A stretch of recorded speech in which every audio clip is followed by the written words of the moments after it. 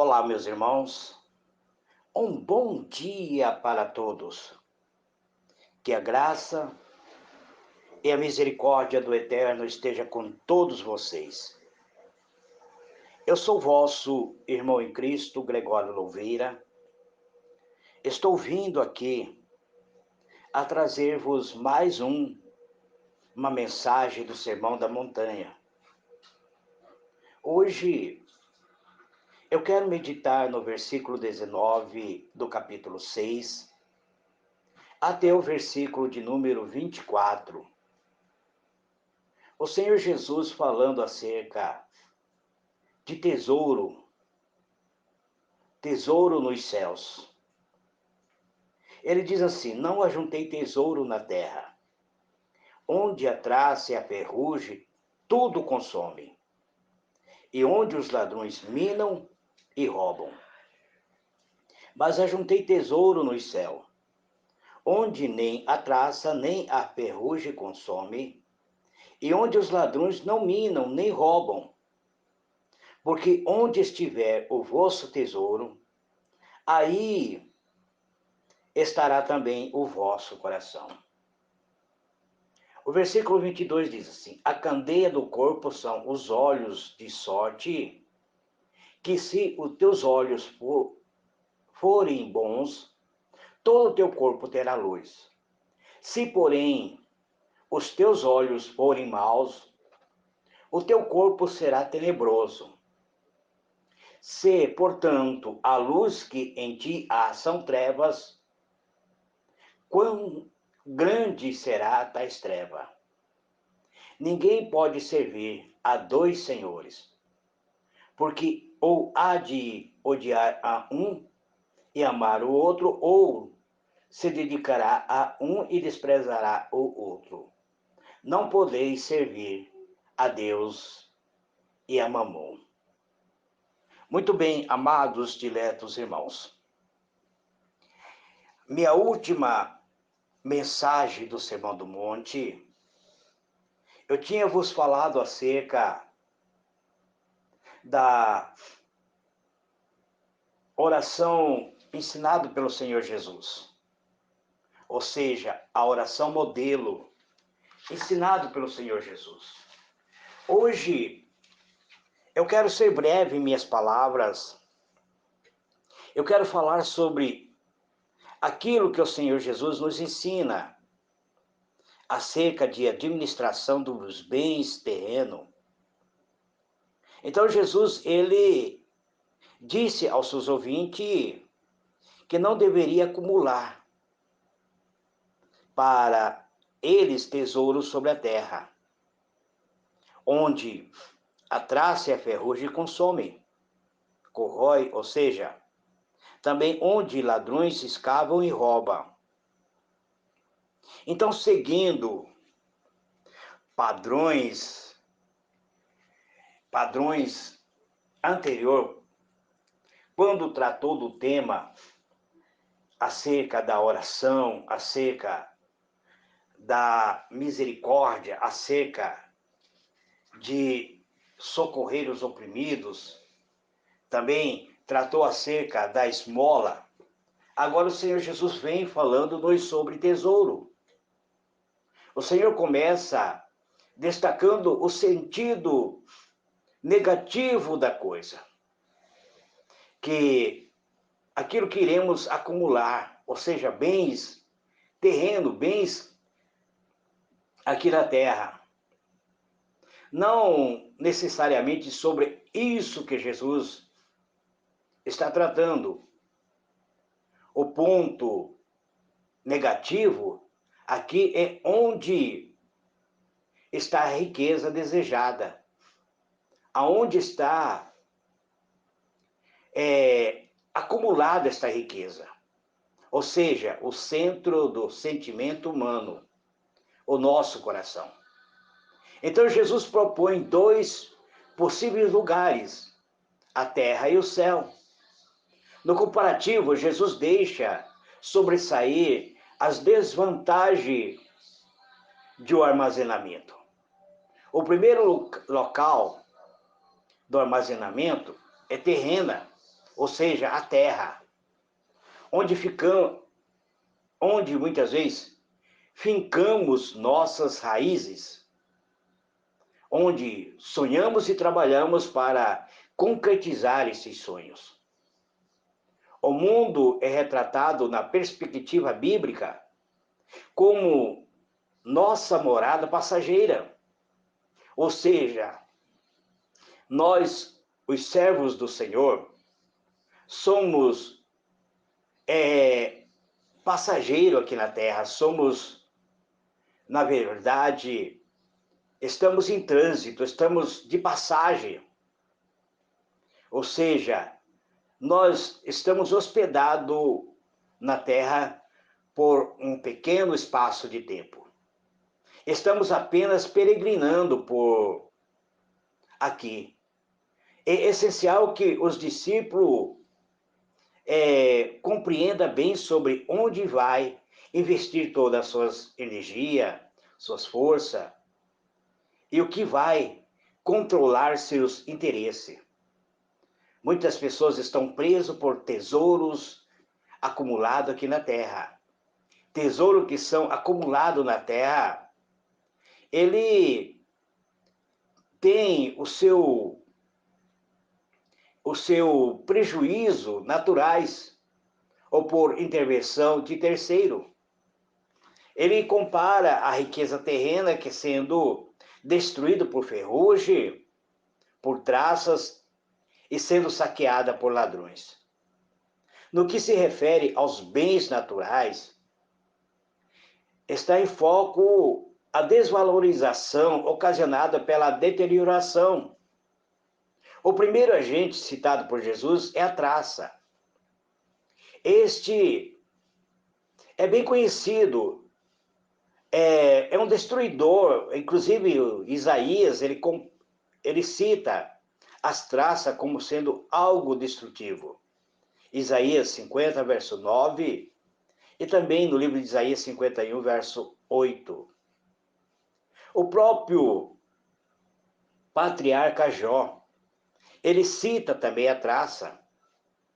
No livro de Jó, capítulo 4, verso 19. Traça é algo minúsculo, mas é destrutivo.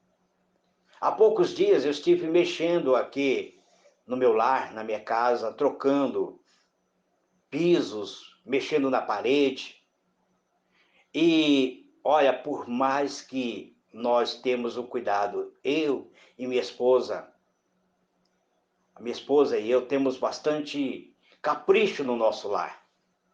Nós mantemos nosso lar bem, um asseio que nós temos, é um costume nosso de manter sempre limpo o nosso lar. E olha que mexendo nas paredes da casa, encontrei muita traça. Então, traça é um tipo de inseto.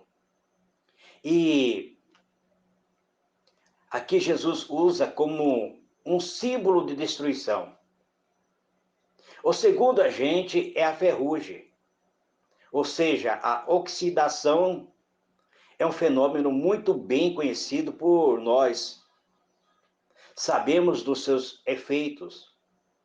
A outra ameaça, as riquezas acumuladas na terra, é ações dos ladrões. Então, o que Jesus tem nos trazido, o que ele tem falado sobre isso? Jesus tem usado um verbo tão específico quanto a cavar. A ideia presente é de que ladrões vasculham até encontrar o que está procurando. O roubo, pois, se constitui assim como uma grande ameaça às riquezas terrenas. No passado, os nossos antepassados não tinham conta bancária. Inclusive, banco era só usado pelos ricos. Eu me recordo que até o ano de 1980, abrir uma conta bancária era muito difícil. Eu trabalhava na Embrapa e recebia meu salário no banco, mas eu não tinha conta bancária. Ou seja, o banco liberava em meu nome o meu pagamento, mas eu não tinha como abrir uma conta bancária porque eu não tinha saldo suficiente. Hoje, você consegue abrir uma conta mesmo não tendo saldo. Você consegue manter uma conta bancária com R$ 2, R$ 3 guardado ali por muito tempo. Então, naquela época, as pessoas ou enterravam suas fortunas ou escondia. Era costume as pessoas esconder debaixo da cama, debaixo do colchão. E Jesus diz que o ladrão, ele escava, ele procura, ele consegue saquear a riqueza terrena. Estaria Jesus descartando uma atitude preventiva? Ou seja, você guardar uma quantia do seu salário para uma prevenção do futuro? Estamos sendo instigados pelo Senhor a fazer voto de pobreza? Acredito que não, amados. Acredito que não é isso que o Senhor Jesus está falando. A sabedoria do antigo já propunha princípios de cautelas e atitude previdenciário para um futuro, ou seja, para que houvesse um acúmulo preventivo no seu futuro. O sábio faz a Deus o seguinte pedido: não me des pobreza, para que não venha eu a furtar e profane o nome de Deus. Provérbio 30, versos 7 e 8. Então, aqui nós vemos que Salomão, ele pede a Deus, diz para ele, não me dê pobreza, não permita. Então, Jesus não está pedindo que nós venhamos fazer voto de pobreza. O pregador aponta para o planejamento de poupar para o futuro como algo bom e sábio. Está no livro de Eclesiastes, capítulo 11, verso 2. A questão não é possuirmos riqueza, e sim a riqueza possuir o nosso coração.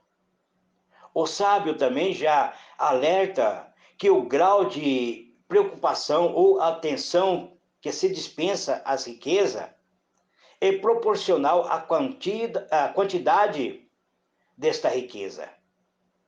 O sábio diz: quem ama o dinheiro, jamais dela se faltará. E quem ama a abundância, nunca se fartará da renda, e também isso é vaidade. Doce é o sono do trabalhador, quer coma pouco, quer coma muito. Mas a fortuna do rico não o deixa dormir. Eclesiastes capítulo 5, verso 10 e versículo 12. Então, nós vemos o pregador do livro de Eclesiastes, ele trazendo-nos uma informação de que aquele que ama muito ouvir o metal, ele jamais ficará feliz com o que ele tem. Ele sempre quererá mais. Quanto mais abundância ele deseja, mais ele achará que está pobre, que está sentindo falta de algo. Porque Salomão diz que isso é vaidade. Mas ele diz que o trabalhador que trabalha, o seu sono é doce, que ele coma pouco ou quer coma muito. Mas a fortuna dos ricos não o deixa dormir. Eu conheço muitas pessoas que hoje não conseguem sair na rua porque tem medo de assalto, sai de carro blindado e muitas vezes com segurança. Tem medo de sequestro porque acumularam muita riqueza. Perderam a sua paz, perderam a sua tranquilidade, Pessoas que para dormir precisa uma câmara de monitoramento, precisa cerca elétrica, muitas vezes até cães de guarda ou uma segurança privada. Claro que esses princípios são aqui mostrados para nós, são genéricos, pois haverá situações em que não será aplicáveis. Todos aqueles que quiserem seguir Jesus devem guardar este ensino, esta exaltação.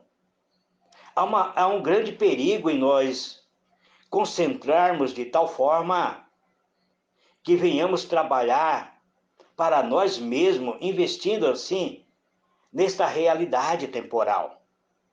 Ou seja, muitas pessoas, no desejo de acumular mais bens materiais, não têm folga para nada. Trabalham, não têm sossego, não tem tempo para a família, não tem tempo para lazer. E quando acredita que irão descansar, os seus dias já estão findando. Somente a canseira, o enfado, não usufrui dos bens adquiridos com tanto esforço. A Bíblia diz: com o suor do teu rosto comerá, e feliz será. Então devemos ser felizes com aquilo que nós recebemos da parte de Deus. A grande força do ensinamento de Jesus aqui atravessa as épocas. O fato de possuirmos todos os recursos terrenos não nos isenta dos problemas neste mundo, nem mesmo de perder este mesmo bens. Ainda que uma parte permaneça por meio desta vida, nada podemos levar conosco para a outra vida. Nada podemos levar além daquilo que possuímos, nada disso poderemos levar para quando partirmos desta vida, porque somos peregrinos. Jó estava bem certo disso quando ele disse: nu saí do ventre da minha mãe, e nu voltarei. Jó, capítulo 1, verso 21. Então, o que Jesus quer falar sobre tesouro?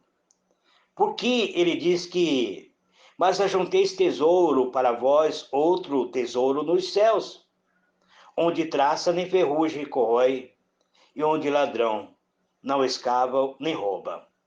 Jesus deixa bem claro que a questão não é se devemos ou não acumular tesouro. O fato que buscamos, muitas vezes, além daquilo que é suficiente. Muitas vezes almejamos um futuro de descanso, mas o nosso descanso não é aqui. Então, a questão é que devemos buscar primeiro o reino dos céus, onde tudo é nos dado através da graça divina de Deus. Então, Jesus fala sobre buscarmos aquilo, acumular tesouro nos céus. Jesus está extinguindo os discípulos, ou seja, a cada um de nós, a sermos sábios em nossas escolhas, pela perspectiva do reino. As pessoas mais ricas da terra são aquelas que investem o seu tempo, a sua riqueza em favor de outras pessoas. Ou seja, investe nos céus. As riquezas terrenas, elas são passageiras. Mas a riqueza aplicada acerca do reino dos céus, elas são eternas, são incorruptíveis. Essa é a vantagem. Que tesouros são esses? São aquelas bênçãos que nós foram reservadas nos céus, que está no livro de 1 Pedro, capítulo 1, verso 4, que são celestiais em seu caráter, mais de qualquer coisa que nós devemos desfrutar. É aquilo que vem da parte de Deus.